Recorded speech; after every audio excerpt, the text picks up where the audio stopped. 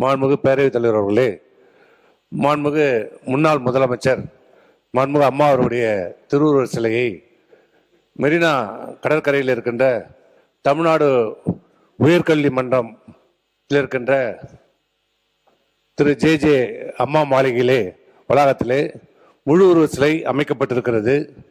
அந்த முழு உருவ சிலையிலே இப்போ பராமரிக்கப்படாமல் அம்மாவுடைய பிறந்தநாள் அன்று மட்டும் அரசின் சார்பாக மாலை அணிவிக்கப்படுகிறது. மற்ற நாட்களில் அது பராமரிக்கப்படாமல் இருக்கிற காரணத்தால் மாண்புமிகு பேரவைத் தலைவர் வாயிலாக இந்த அரசு மாண்புமிகு அம்மாவுடைய சிலைக்கு தினந்தோறும் மாலை அணிவிப்பதற்கும் முன்வழியாக செல்வதற்கு வழி ஏற்படுத்தி தந்து வேண்டுமென்றால் அந்த பராமரிப்பு செலவையும் மாலை அணிவிப்பதையும் நாங்களே ஏற்றுக்கொள்கிறோம் என்று மாண்புமிகு முதலமைச்சர் அவர்களுக்கு நான் ஏற்கனவே கடிதம் கொடுத்திருக்கிறேன். மாண்புமிகு பேரவைத் தலைவராக அதை முதலமைச்சருடைய கவனத்திற்கு கொண்டு சென்று அதை நிறைவேற்றி தருமாறு கவனத்தை கேட்டுக்கிறேன். மாண்புமிகு பேரவைத் தலைவர் அவர்களே, மாண்புமிகு முன்னாள் அமைச்சர் விடுத்த கோரிக்கை என்பது மிகவும் முக்கியமானது. எங்கள் அரசு முன்னாள் முதலமைச்சர் மாண்புமிகு மேடம் ஜெயலலிதா அவர்களுக்கு என்றும் உரிய முக்கியத்துவத்தை இழந்து விடாது என்பதை இந்த நேரத்திலே நான் தெரிவித்துக் கொள்கிறேன்.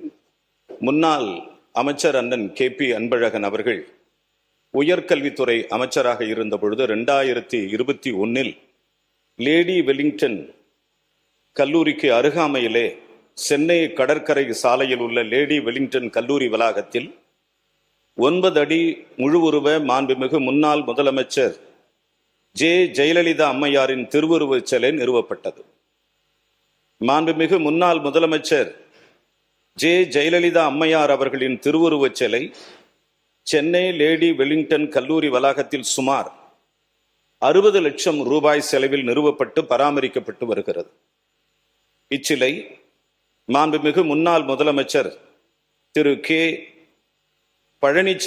எடப்பாடி பழனிசாமி அவர்களால் 28/1/2021 திறந்து வைக்கப்பட்டது.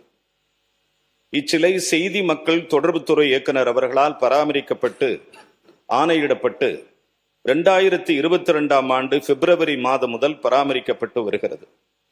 மாண்புமிகு முதலமைச்சர் அவர்களினுடைய ஜெயலலிதா அவர்களின் பிறந்த நாள் மற்றும் நினைவு நாட்கள் அன்று செய்தி மக்கள் தொடர்புத்துறையால் மலர் அலங்காரம் செய்யப்பட்டு வருகிறது என்பதையும், மாண்புமிகு முன்னாள் முதலமைச்சர் அவர்களினுடைய திருவுருவச் சிலை முறையாக பராமரிக்கப்பட்டு வருகிறது என்பதையும் இந்த மாமன்றத்தில் மாண்புமிகு உறுப்பினர் அவர்களுக்கு பணிவோடு தெரிவித்துக் கொள்கிறேன்.